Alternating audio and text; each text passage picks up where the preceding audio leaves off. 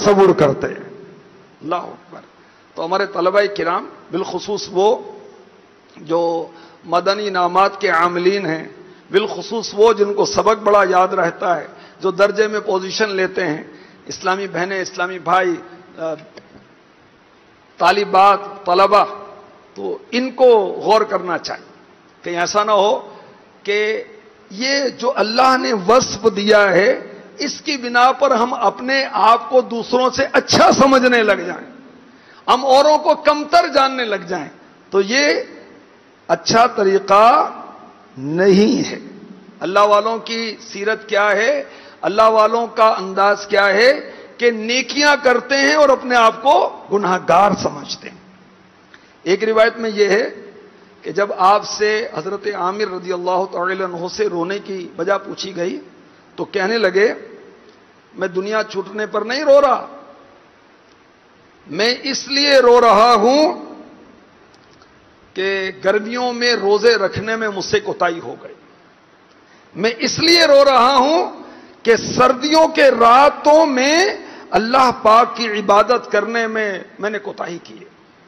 ساری رات عبادت کرتے تھے، دن روزے میں گزارتے تھے اور رو رہے کہ میں نے کوتاہی کی، رات کی عبادت میں کوتاہی کی، میں نے دن کے روزے میں کوتاہی کی.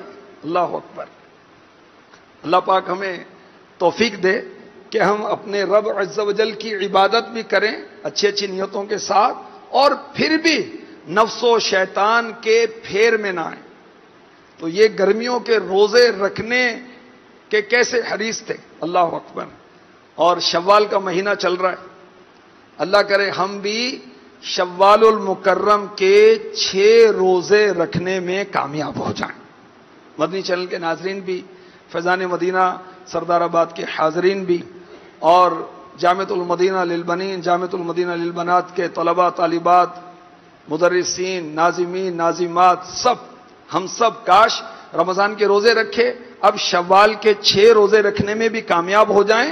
ہمارے آقا صلی اللہ علیہ وآلہ وسلم نے فرمایا جس نے رمضان کے روزے رکھے پھر 6 دن شوال میں روزے رکھے تو گناہوں سے ایسے نکل گیا جیسے آج ہی ماں کے پیٹ سے پیدا ہوا ہے. آج 18 شوال ہے، ابھی 11-12 دن باقی ہیں شوال کے. 6 روزے اب بھی رکھے جا سکتے ہیں. اللہ ہمیں توفیق عطا فرمائے.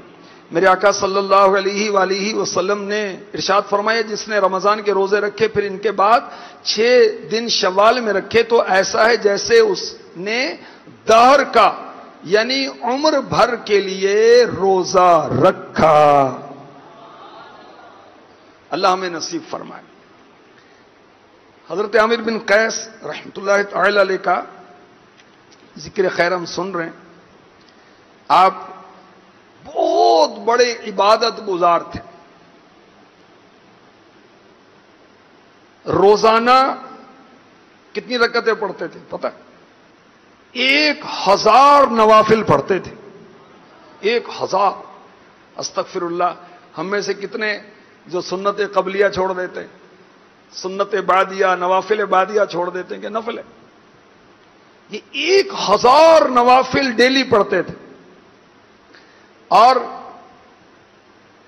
اشراق چاش کے بعد یعنی سورج طلوع ہونے کے بعد جب سورج قدرے بلند ہوتا ہے اس وقت سے لے کر عصر کا وقت شروع ہونے تک مسلسل نماز ہی پڑھتے رہتے تھے. سارا دن نماز پڑھتے تھے. جب فارغ ہوتے تو آپ کی مبارک پنڈلیوں میں سویلنگ ہو جاتی تھی، سوجن ہو جاتی تھی. اللہ اکبر. اپنے نفس سے فرماتے 1000 نوافل پڑھتے ہیں اور پھر یہ نہیں کہتے کہ میں سب سے نیک ہوں، میں سب سے زیادہ عبادت گزار ہوں، بلکہ اپنے آپ کو کہتے اے نفس، اے برائی کا حکم دینے والے، تجھے اللہ کی عبادت کے لیے پیدا کیا گیا ہے. خدا کی قسم تجھے مسلسل عبادت میں رکھوں گا یہاں تک کہ بستر بھی تجھ سے اپنا حصہ وصول نہیں کر سکے گا. یعنی میں آرام نہیں کروں گا، میں عبادت ہی کروں گا. ایک مرتبہ آپ کسی وادی کی طرف تشریف لے گئے، حضرت عامر بن عبد قیس رحمۃ اللہ تعالی علیہ. وہاں حضرت سیدنا حمامہ رضی اللہ تعالی عنہ، یہ صحابی رسول ہیں، وہ عبادت کر رہے تھے۔ اب حضرت عامر ایک طرف اور حضرت حمامہ رضی اللہ تعالی عنہ ایک طرف عبادت کر رہے ہیں۔ 40 دن 40 رات ایک دوسرے کی طرف متوجہ نہیں ہوئے۔ فرض نماز کا وقت آتا تو دونوں جماعت کرتے اور پھر اپنی اپنی جگہ جا کر نفل پڑھنا شروع ہو جاتے۔ 40 دن کے بعد حضرت عامر رحمۃ اللہ تعالی علیہ حضرت حمامہ رضی اللہ تعالی عنہ کے پاس تشریف لائے، پوچھا اللہ پر رحم کرے آپ کون ہیں؟ کہا چھوڑو مجھے اپنا کام کرنے دو۔ اللہ والے فضول باتیں پسند نہیں کرتے۔ بہرحال حضرت عامر نے فرمایا میں قسم دیتا ہوں تم بتاؤ تم کون ہو؟ نے کہا کہ میں حمامہ ہوں۔ فرمایا اگر تم وہی حمامہ ہو جس کا میں نے ذکر سنا تھا تو پھر تم دنیا میں سب سے زیادہ عبادت گزار ہو۔ وہ ایسی عبادت گزار تھا۔ مجھے بتاؤ سب سے اچھی عادت، سب سے اچھی ہیبٹ کون سی ہے؟ حضرت سیدنا حمامہ رضی اللہ تعالی عنہ نے فرمایا بے شک مجھ سے عمل میں کوتاہی ہوتی ہے، میں تو عمل ہی نہیں کر پاتا، میں نے کیا عمل کرنا ہے؟ فرض نماز کے مقررہ اوقات میرے رکوع و سجود کو قطع کرنے کا سبب نہ بنتے تو میں پسند کرتا کہ ساری عمر رکوع میں ہی گزار دیتا۔ میرا چہرہ ساری زندگی اپنے رب عز و جل کے حضور جھکا رہتا، یہاں تک کہ میرا وصال ہو جاتا، لیکن فرض نمازیں مجھے ایسا نہیں کرنا دیتی۔ بھئی نماز پڑھنی ہے تو ظاہر ہے کہ ظہر کا وقت ختم ہونے سے پہلے ظہر کے وقت میں نماز پوری کرنی ہے۔ ہاں ظہر کے وقت میں اگر تکبیر تحریمہ کہہ لی، عصر کا وقت شروع ہو گیا اب بھی پڑھ سکتے ہیں۔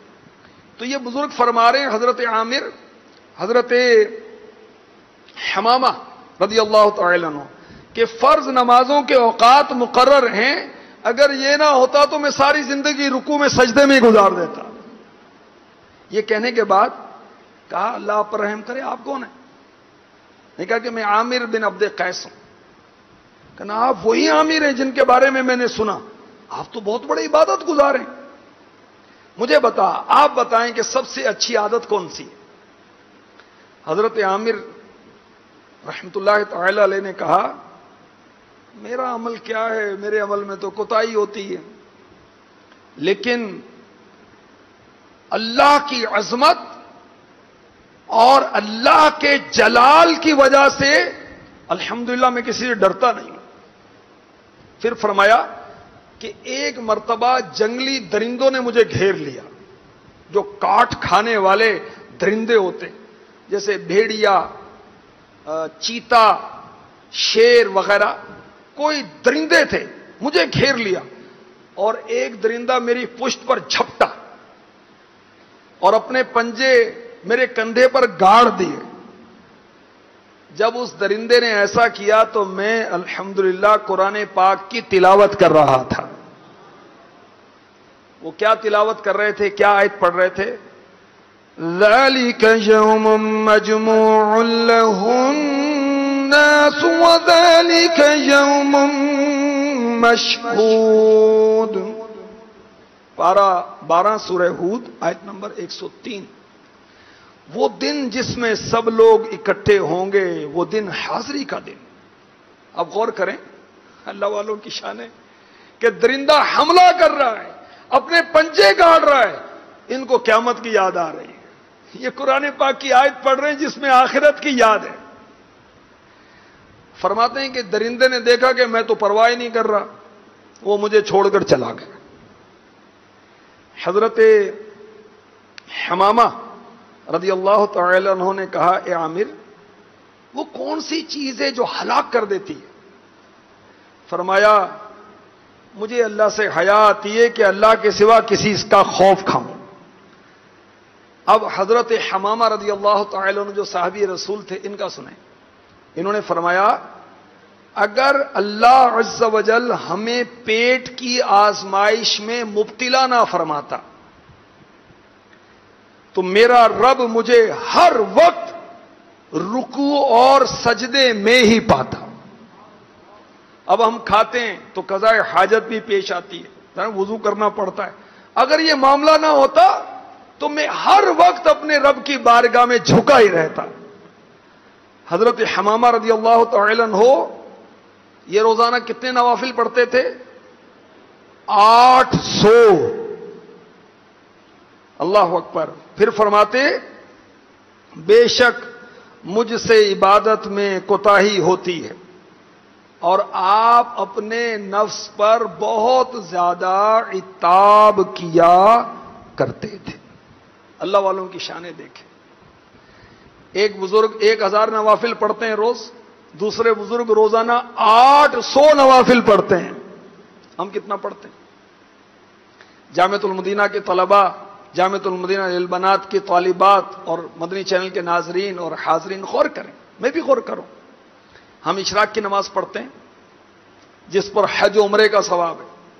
ہم چاشت کی نماز پڑھتے ہیں, یہ نفلی نمازوں کا عرض کر رہا ہوں, جس پر یہ فضیلت ہے کہ اس کو اللہ کفایت کرتا ہے جو چاشت کی نماز پڑھے. ہم اوابین کی نماز پڑھتے ہیں مغرب کے بعد, نماز تہجد پڑھتے ہیں جس کی فضیلت یہ ہے کہ تہجد پڑھنے والے بلا حساب جنت میں داخل کر دیے جائیں گے. تو اللہ کرے ہم مقصد حیات کو سمجھنے میں کامیاب ہو جائیں. اس ہفتے کا رسالہ مقصد حیات ہے نا. امیر اہل سنت ہر ہفتے مدنی مذاکرے میں کوئی رسالہ ہمیں ارشاد فرماتے ہیں پڑھنے کے تعلق سے. یہ اس ہفتے کا رسالہ ہے. اس میں زندگی کا مقصد کیا ہونا چاہیے اس کو بیان کیا گیا ہے. اور جو خوش نصیب اس رسالے کو پڑھے, امیر اہل سنت کے لیے, امیر اہل سنت کی طرف سے اس کے لیے جو دعا ہے وہ سنیں. انشاءاللہ آپ کا دل چاہے گا کہ میں جلدی جلدی پڑھ لوں. امیر اہل سنت دعا دیتے ہیں, یا رب المصطفیٰ عز و جل و صلی اللہ تعالی علیہ وآلہ وسلم, جو کوئی رسالہ مقصد حیات کے 56 پیجز, ویسے اس میں 60 پیج ہیں مگر آخر میں کچھ فہرست وغیرہ ہے, 56 صفحات پڑھ یا سن لے, وہ تجھے راضی کر کے اپنی زندگی کا مقصد پانے میں کامیاب ہو جائے اور بے حساب بخشا جائے. آمین بجاہ نبی الامین صلی اللہ تعالی علیہ وسلم. تو کاش ہم پر کرم ہو اور ہماری زندگی عبادت میں گزرے. آئیے رب کی بارگاہ میں دعا کرتے ہیں. عبادت میں گزرے میری زندگانی, عبادت میں گزرے میری زندگانی. کرم ہو کرم یا خدا یا الہی, کرم ہو کرم یا خدا یا الہی. آمین. کاش ہماری زندگی عبادت میں گزرے, فرائض کی پابندی میں گزرے, واجبات کی پابندی میں گزرے, نماز میں گزرے, تلاوت قرآن میں گزرے, خدمت دین میں گزرے. کاش ماں باپ کا ادب و احترام کرتے ہوئے ہماری زندگی گزرے. کاش اساتذہ کرام کا اچھی نیتوں کے ساتھ ادب و احترام کرتے ہوئے زندگی گزرے. علم دین سیکھنے سکھانے میں زندگی گزرے. یاد رکھیں, علم دین سیکھنا یہ افضل عبادت ہے. نہیں کہ ہم بعض یہ سمجھتے ہیں کہ وہ نماز, تلاوت, ذکر اذکار یہی عبادت ہے. بھئی یہ عبادت ہے, مگر علم دین حاصل کرنا یہ بھی عبادت ہے, بلکہ افضل عبادت ہے. میرے آقا علیہ الصلوۃ والسلام نے فرمایا علم کی فضیلت عبادت کی فضیلت سے بڑھ کر ہے. ارشاد فرمایا علم حاصل کرو کیونکہ اللہ کی رضا کے لیے علم سیکھنا خشیت, علم تلاش کرنا عبادت، اس کی تکرار کرنا تسبیح، اس کی جستجو کرنا جہاد، بے علم کو علم سکھانا صدقہ ہے۔ تو علم دین سکھانا یہ افضل عبادت ہے۔ تو مقصد حیات رسالہ پڑھیں گے نا انشاءاللہ، مدنی چینل کے ناظرین بھی پڑھیں، مقصد حیات سمجھ میں آ جائے گا۔ دیکھیں اس کے اندر جو لکھا ہے کچھ اس میں سے عرض کرتا ہوں۔ بے مقصد اللہ تعالیٰ نے کسی چیز کو پیدا نہیں کیا، ٹھیک ہے؟ پارہ 18 سورہ مؤمنون کی آیت نمبر 115 میں ارشاد ہوتا ہے، أَفَحَسِبْتُمْ أَنَّمَا خَلَقْنَاكُمْ عَبَثًا وَأَنَّكُمْ إِلَيْنَا لَا تُرْجَعُونَ۔ تو کیا یہ سمجھتے ہو کہ ہم نے تمہیں بیکار بنایا اور تمہیں ہماری طرف پھرنا نہیں؟ تو آخرت میں ہمیں جزا کے لیے، سزا کے لیے اٹھنا ہے، مرنا ہے پھر اٹھنا ہے۔ اور اللہ تعالیٰ نے ہم پر عبادت لازم کی۔ اور سورہ ملک کی آیت نمبر 2 سبحان اللہ ارشاد ہوتا ہے، الذی خلق الموت والحیات لیبلوکم ایکم احسن عملا، وہ جس نے موت اور زندگی پیدا کی کہ تمہاری جانچ ہو تم میں کس کا کام زیادہ اچھا ہے۔ کس کا کام اچھا ہے؟ کون زیادہ اللہ رسول کا مطیع و فرما بردار ہے؟ کون زیادہ اللہ اور اس کے رسول کے ارشادات پر عمل کرنے والا ہے؟ کون زیادہ مخلص ہے؟ کون اللہ اور اس کے رسول کے لیے عمل کرتا ہے، اخلاص کے ساتھ عمل کرتا ہے؟ انشاءاللہ یہ رسالہ پڑھیں گے تو اور بہت کچھ ملے گا۔ حضرت عامر بن عبد قیس رحمت اللہ تعالی علیہ فرمایا کرتے، میں اللہ پاک سے ایسی محبت کرتا ہوں کہ اب ہر مصیبت مجھ پر آسان ہو گئی ہے۔ اللہ اللہ اللہ، میں ہر معاملے میں اللہ سے راضی، اور مجھے صبح و شام کی کوئی پرواہ نہیں، کوئی حال ہو بس اللہ کی محبت نے مجھ پر آسان کر دیا۔ اب جو ہمارے طلباء کرام ہیں، طالبات ہیں، ان کو بھی مشکلات آتی ہیں سبق پڑھنے میں، تیاری کر کے آنے میں، دیگر اور رکاوٹیں آتی ہیں۔ اور اساتذہ کرام سمجھاتے رہتے ہیں نا کہ جو علم دین سیکھے گا تو علت، قلت، ذلت یہ اس کو درپیش ہوں گے۔ علت کیا؟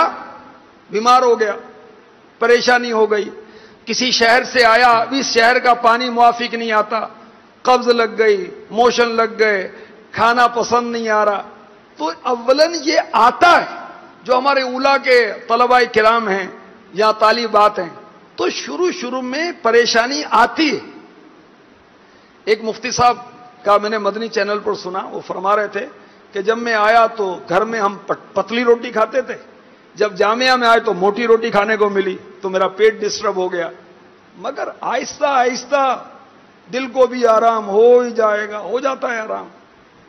تو جو طالب علم دین ہے اس کو علت یعنی بیماری، پریشانی سے واسطہ پڑتا ہے، پھر قلت، خرچ کی کمی، تنگ دستی، آزمائش، اس سے بھی واسطہ پڑتا ہے۔ مگر علت یعنی بیماری آئی، ہم نے جامعہ چھوڑنا نہیں ہے، کہیے انشاءاللہ۔ قلت آئے، ہم نے جامعہ چھوڑنا نہیں ہے۔ امام ابو یوسف رحمت اللہ تعالی علیہ، ان کا نام ہے حضرت یعقوب رحمت اللہ تعالی علیہ، اتنے بڑے بزرگ، امام اعظم کے خاص شاگرد، اور بہت تنگ دستی کے ایام تھے، یہاں تک کہ امام اعظم ان کا خرچہ اٹھاتے تھے گھر کا، مگر انہوں نے تعلیم نہیں چھوڑی، یہاں تک کہ اللہ نے وہ دن دکھایا کہ فقہ حنفی کے بہت بڑے امام بن گئے۔ تو بڑی منزلیں، بڑی مرادیں، بڑی کامیابیاں بغیر آزمائش اور تکلیف کے نہیں ملتی۔ تو علت، قلت، ذلت، یہ طلبہ کو درپیش ہوتی ہے. ذلت کیا؟ سبق ہی یاد نہیں ہو رہا. اب طلبہ کے سامنے شرمندگی ہو رہی ہے کہ سب سنا رہے ہیں، میں نہیں سنا رہا. بھاگو. شیطان کہتا بھاگو، کہ تجھے تو سبق ہی یاد نہیں ہو رہا، تجھے تو کچھ سمجھ میں نہیں آ رہا. نہیں، میں چھوڑ کے جامعۃ المدینہ نہیں جاتا، نہیں جاتا، نہیں جاتا. پڑھے ہی رہنے سے کام ہوگا. ایک استاد صاحب کے بارے میں مجھے بتایا کسی نے کہ وہ جو سبجیکٹ پڑھا رہے ہیں اس کے وہ ماسٹر ہو گئے، بہت ماہر ہو گئے. اسی سبجیکٹ میں وہ دوران طالب علمی کمزور تھے، وہ کمزور تھے، مگر انہیں ہمت نہیں آ رہی، پڑھتے رہے پڑھتے رہے. جب وہ استاد صاحب بنے تو پھر مزید پڑھنا ہوتا ہے، تیاری کرنی ہوتی ہے طلباء کے لیے. اور اب الحمدللہ جو موضوع، جو سبجیکٹ، جو مضمون وہ پڑھا رہے ہیں اس میں بہت سارے اساتذہ بھی ان کی طرف رجوع کرتے ہیں. تو بیماری آئے جامعہ نہیں چھوڑنا، پریشانی آئے خرچے پانی کی جامعہ نہیں چھوڑنا. شرمندگی یعنی ذلت محسوس کرتا ہے نفس، ہم نے جامعۃ المدینہ نہیں چھوڑنا اور چھٹی بھی نہیں کرنی، کیونکہ چھٹی کرنا طلبہ کے لیے نقصان دہ ہوتا ہے. یہ ماہنامہ فیضان مدینہ میرے ہاتھ میں ہے، شعبان کا. مدنی چینل کے ناظرین، یہ بہت زبردست یہ ماہنامہ ہے، ماہنامہ فیضان مدینہ. اس کو لیں، اس کو پڑھیں، رنگ برنگے مدنی پھول ہیں اس میں. طلبہ چھٹی کرتے ہیں تو کیا نقصانات ہوتے ہیں اس میں لکھا ہوا ہے، 7 نقصانات. چھٹی کرنے والے طالب علم کو ذہنی اور معاشرتی نقصانات کا سامنا کرنا پڑتا ہے. مثلا علم حاصل کرنے کا جو تسلسل ہے وہ ٹوٹ جاتا ہے. چھٹی کے دن سبق رہ جاتا ہے تو اگلے دن سبق سمجھنے میں آزمائش ہوتی ہے، بوریت ہوتی ہے، بیزاریت ہوتی ہے، نفس پریشان ہوتا ہے. سبق سمجھنا نہیں آتا، مایوسی پیدا ہوتی ہے، نفس کہتا ہے بھاگو بھاگو، شیطان کہتا ہے بھاگو. چھٹی کرنے سے وہ زندگی غیر منظم سی ہو جاتی ہے اور کلاس سے فرار ہونے کو دل چاہتا ہے. استاد کی طرف سے کام ملتا ہے تو بوجھ محسوس ہوتا ہے. ماں باپ ناراض ہوں گے چھٹی سے، استاد صاحب ناراض ہوں گے چھٹی سے. اسی طرح تعلیمی ادارے والے جو ہیں وہ اب ظاہر کے ناراض ہوتے ہیں، کبھی چھٹی کرتا ہے، سرزنش کرتے ہیں. اب وہ سرزنش کرتے ہیں تو اب طالب علم گھبراتے ہیں، پریشان ہوتے ہیں اور بعض اوقات پریشان ہو کر جامعہ چھوڑ دیتے ہیں اور علم دین سے محروم ہو جاتے ہیں. انشاءاللہ ایسا نہیں ہوگا اور ہمارے طلباء کرام جامعۃ المدینہ للبنین اور جامعۃ المدینہ للبنات والے انشاءاللہ جامعۃ المدینہ میں پڑھیں گے یہاں تک کہ اللہ کے رحمت سے پڑھانے والے بن جائیں گے. صلو علی الحبیب صلی اللہ تعالی علی محمد. السلام علیکم ورحمۃ اللہ وبرکاتہ. وعلیکم السلام ورحمۃ اللہ وبرکاتہ. نگرانی پاک انتظامی کابینہ کی بارگاہ میں عرض ہے کہ گزشتہ کل الحمدللہ عز و جل ہمارے جامعات 17 شوال المکرم ہمارے جامعات المدینہ مدارس المدینہ میں جانشین امیر اہل سنت ابو سید حاجی عبید رضا صلی اللہ الباری کا یوم ولادت منایا گیا. اس حوالے سے اگر منقبت ہمیں سنا دیں. جانشین امیر اہل سنت کی منقبت. جی جی لبیک. صلو علی الحبیب صلی اللہ تعالی علی محمد. اے عبید رضا رخ ہے روشن تیرا، اے عبید رضا رخ ہے روشن تیرا، اے عبید رضا رخ ہے روشن تیرا، جانشین تو بنا میرے عطار کا، جانشین تو بنا جانشین تو بنا میرے عطار کا، تیرا چہرہ ہنسی اے میرے محجبی، مرحبا مرحبا مرحبا مرحبا مرحبا مرحبا، جلوہ عطار کا، چہرہ ہے دلربا، خلق ہے دلکشا، کوئی ثانی نہیں ابن عطار کا، پھولا پھلتا رہے باغ عطار کا،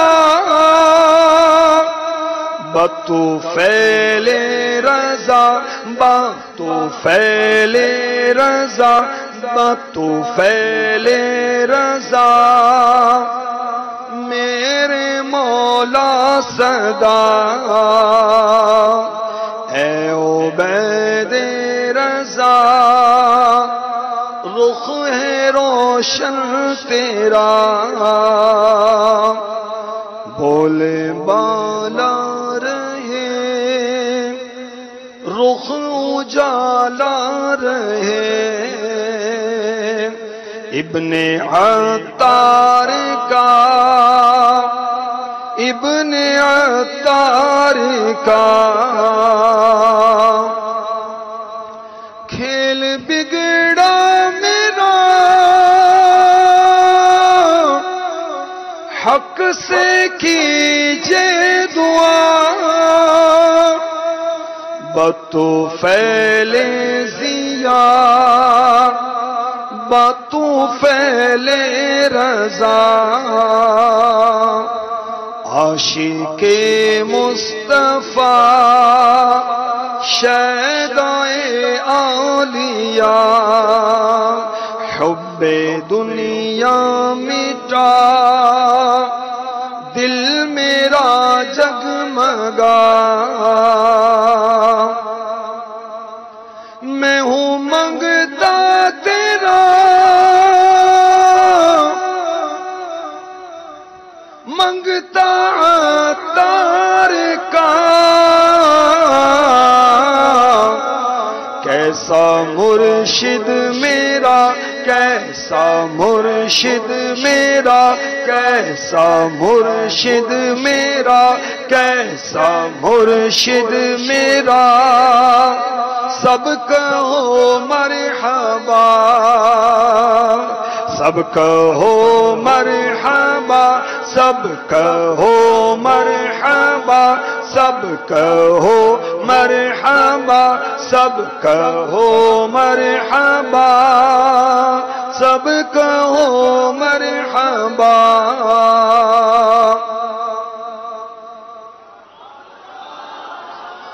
اللہ تبارک و تعالی ہمارے مرشد کو اور ہمارے مرشد کی آل کو سلامت رکھے اور ان کی محبت ہمارے دلوں میں جاگوزی رہے اور مدنی ماحول میں ہمیں استقامت نصیب ہو جائے، آمین بجاہ النبی الامین صلی اللہ تعالی علیہ وسلم۔ صلو علی الحبیب